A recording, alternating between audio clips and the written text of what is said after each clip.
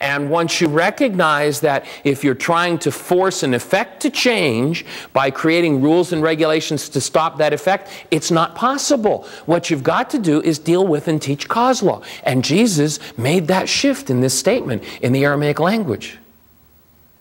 He didn't talk about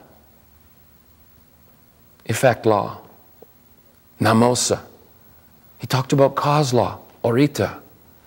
So he said that's the first one. That's the most important one. And the second is like unto it. Thou shalt love thy neighbor. He named the second object of attention. As thyself. A third object of attention.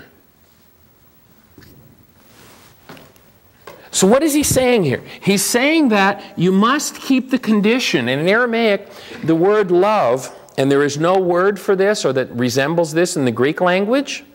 There is no word that resembles this in the English language. We have to string several words together to try to approximate the Aramaic meaning.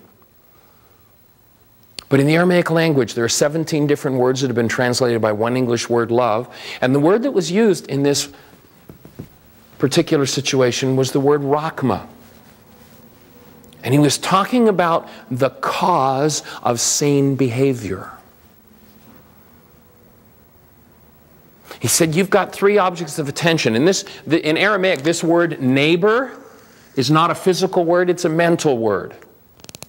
So when he said you've got to love neighbor, he was saying you've got to keep a condition in your mind called neighbor for anybody that you think about. In Aramaic, neighbor means anyone you think about. If they come into your mind, they are your neighbor. And if you want to do sane behavior, you must keep the condition of rakma, which is love, within your mind. If you fail that test, if you fail that law, then you will do what you regret. You will do what does not bring you into the highest and best levels of your creative process and your creative potential. This was not some kind of a religious philosophy or even a nice philosophy. It is a survival philosophy. Because if you can't do it, you won't survive long. And we think somebody in our culture who lives to be 100 years of age has really survived a long time. But you know, we're eternal beings. Energy is eternal.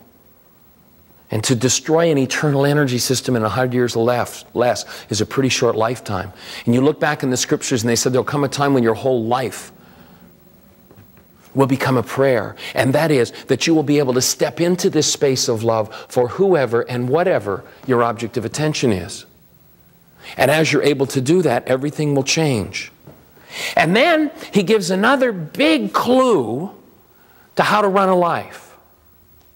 The last, and perhaps when we understand it, as important or maybe even more important than this first part of it in our culture at this point for people to grasp and to understand, because there is so much misunderstanding about these scriptures.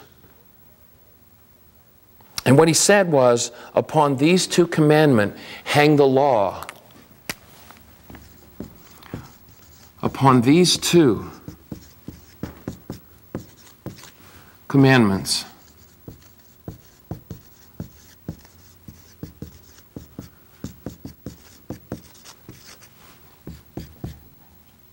hang the. And now we're talking about the actual law, not man's rules and regulation.